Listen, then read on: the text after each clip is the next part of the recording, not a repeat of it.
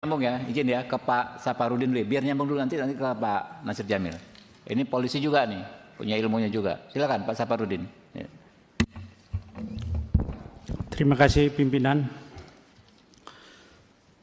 Yang saya hormati pimpinan Komisi 3, anggota Komisi 3, Pak Kapolres dan Kajari Sleman dan Bapak pengacara dari keluarga Pak Oli.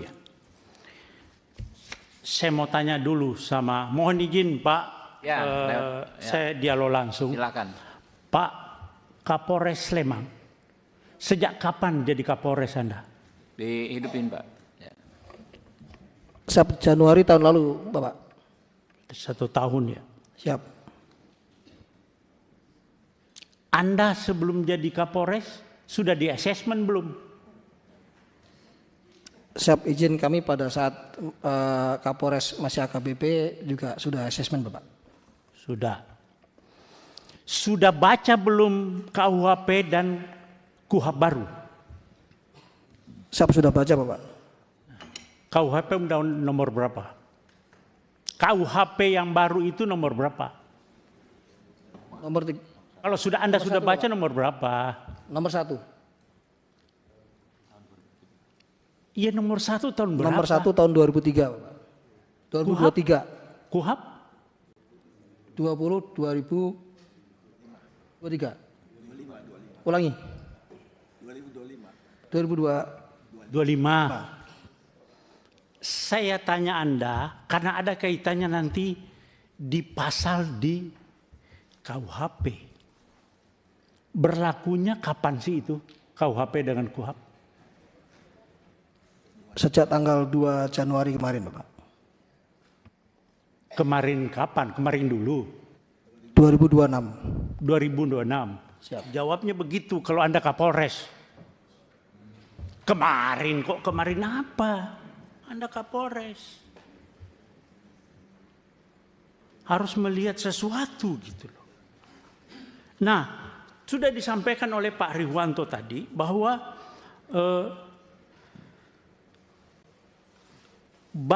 Pak Kapolres sudah baca pasal 34 KUHP. Sudah baca? Enggak. Ada di situ itu permasalahannya Pak. Belum baca. Pasal 34 KUHP yang undang-undang nomor 20 tahun 2000 nomor 1 tahun 2023. Pasal 34 bawa enggak? Siap, terkait restoratif justice Bapak. Bukan, pasal 34 KUHP. Anda itu datang ke sini tentang masalah pasal-pasal, tapi Anda tidak bawa KUHP. Kalau enggak saya pinjamkan, saya bawa nih. Bawa Bapak.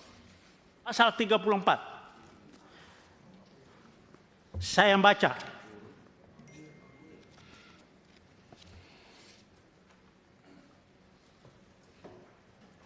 Kalau ya saya Kapolda kamu, masih Kapolda, Anda tidak bakalan sampai ke Komisi 3 dan saya sudah berhentikan Anda. Anda kok Kapolres sudah kombes seperti itu. Bagaimana polisi ke depan? Oke, saya bacakan pasal 34 ya.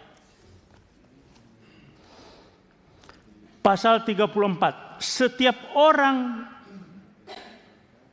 yang terpaksa melakukan perbuatan yang dilarang tidak dipidana jika perbuatan tersebut dilakukan karena pembelaan terhadap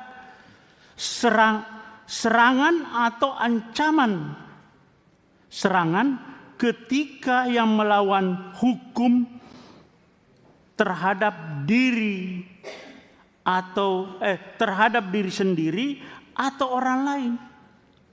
Kehormatan dalam arti kesusilaan atau harta benda sendiri atau orang lain.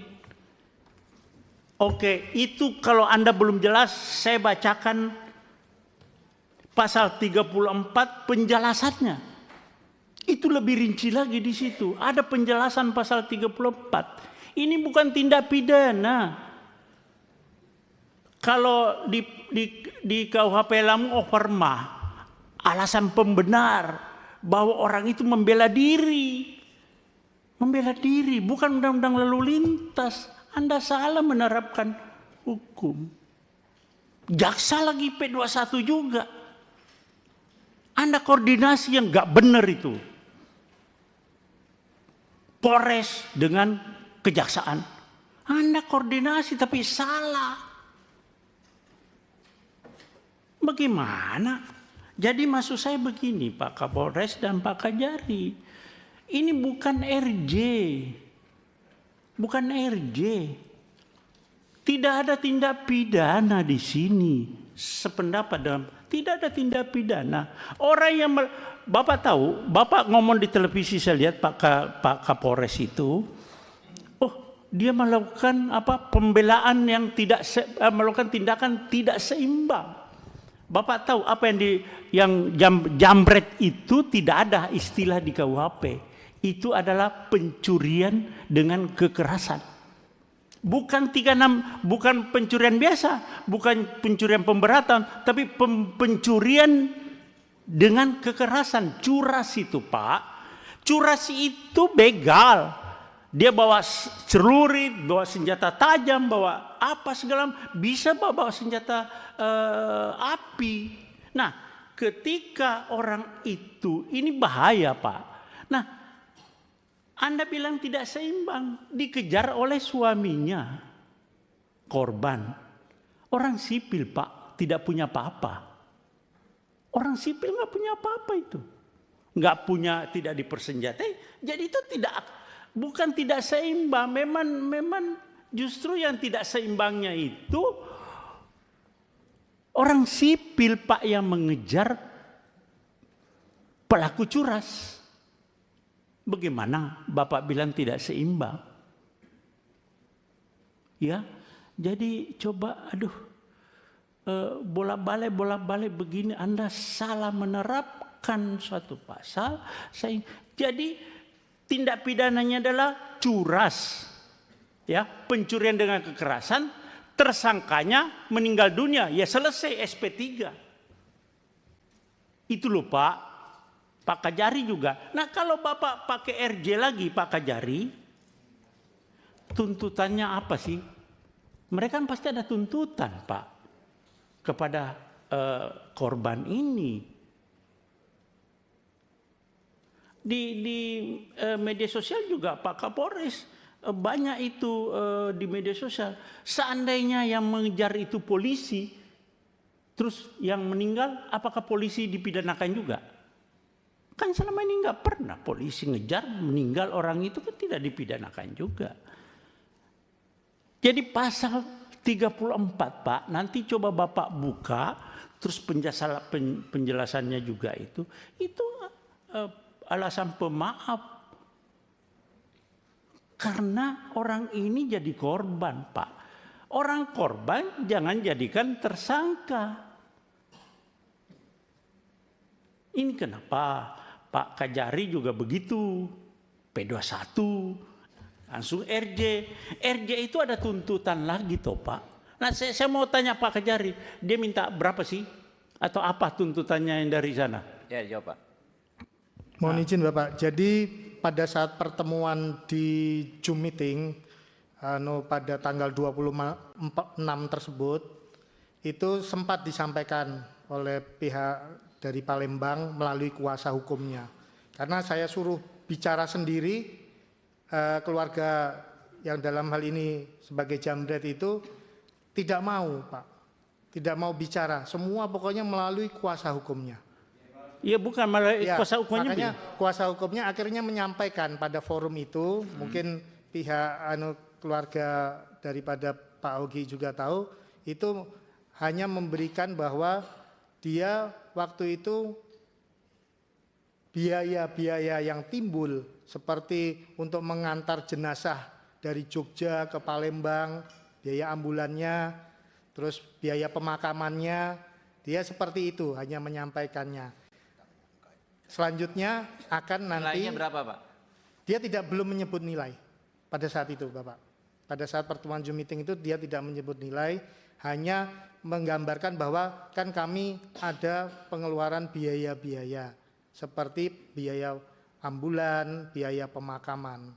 Nah, selanjutnya pada pertemuan lanjutan pada tanggal 27 kemarin itu akhirnya antara kuasa hukum sepakat mau bertemu 4 mata besok sore di kantor Kejaksaan Negeri Oke, Sleman. cukup lanjutkan, Pak. Cukup, ya belum, masih ada. Jadi Pak Kajari dengan Pak Kapolres coba ini ya, Pak Kajari, Pak Kapolres sih sudah Sespimti atau Lemhanas? Belum? Saya belum Bapak. Sudah Sespimti? Belum Bapak. Hah? Belum. Belum. Ya udah. Maksud saya coba lebih, dan mungkin saya lihat Bapak belum tahu persis, tapi sebetulnya Pak polisi sudah ada yang namanya overma, alasan pemaaf di KUHP yang lama. Tapi KUHP yang baru juga ada, Pak. Di pasal 34 coba Bapak baca berulang-ulang. Dan itu curas, Pak, bukan pencurian biasa. Pencurian dengan kekerasan yang resikonya tinggi sekali. Masih lumayan Bapak suaminya mau mengejar dengan punya keberanian yang cukup, Pak. Tidak semua orang mau mengejar. Nah, di dalam terjadinya pengejaran itu terjadi suatu kecelakaan begitu. Ya sudah selesai, tersangkanya meninggal dunia. Tidak ada lagi RJ. Nah kalau Bapak RJ, tuntutannya itu nanti karena dia merasa pede. Persyaratan RJ, Pak, harus ada kesepakatan kedua belah pihak. Ini persis sama dengan yang di Jambi, Muaro Jambi. Jadi pede itu yang pelapor itu, jadi merasa percaya diri, jadi bisa membuat angka yang cukup tinggi nanti, Pak. Terjadi lagi pemerasan di situ. Nah, saya minta Bapak lebih bijaklah terhadap ini. Berdua, Pak. Bapak sebagai aparat penegak hukum, Bapak tahu ada alarm.